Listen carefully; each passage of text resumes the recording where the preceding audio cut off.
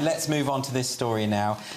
This is a story in the eye on Boxing Day, and even though it's winter, the Tories are feeling the heat. Paul, have you got this one? Yeah, they certainly are. Tories facing growing election threat from Farage's Reform UK. Now, this is not really news to us, and probably not to many of our viewers and listeners.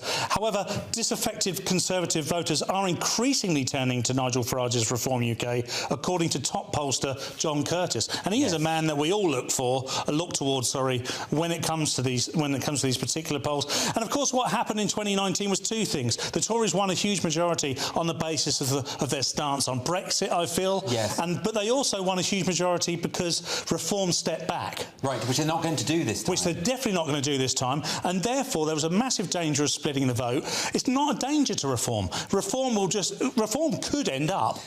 Actually, some of these stats are quite interesting. The fact that 1 in 5, it says here 1 in 5 Leave voters are now backing Reform. We've seen a lot of polls that are suggesting that the Conservative voter, a typical sort of traditional hardline Conservative voters, no longer support the Conservative Party. The Tories are in real trouble when these smaller parties turn up. Almost certainly, and they will need their own reform. Yeah, absolutely. Lewis, what are your thoughts on this? My thoughts is Paul's right. We've been seeing this.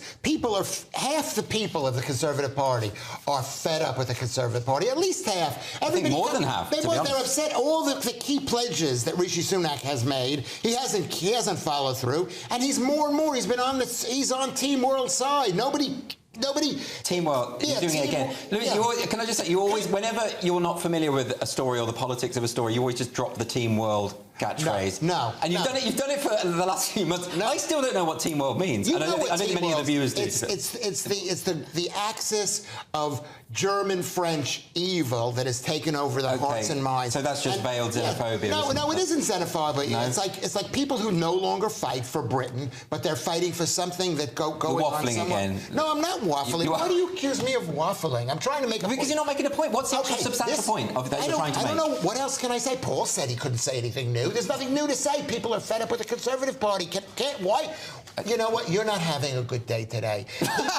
People are going to... You're not. You've been drinking Prosecco. I really haven't. I have not. I'm stone cold sober. You're stone cold sober? Yeah, I'm not having a bad day. Why can't you be nice to me? The people like me. I'm a visitor to this.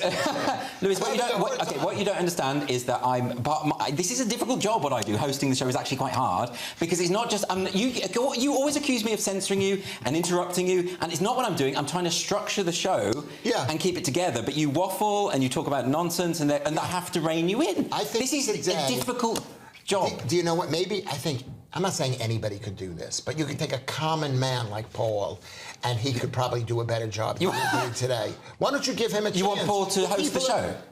Yeah, well, I don't want him to. I think Paul, do you want to host the show? Don't ask. Andrew, I'll do whatever you want. So this is like a mutiny. I mean, have you been discussing this before the show? This is an actual mutiny now. No. So you want Paul to host the show. You want me to stop hosting the show? Fine. Okay, we'll do. Okay, fine. Okay, fine. We will do. We'll have it your way. We'll have it. Andrew. Lewis.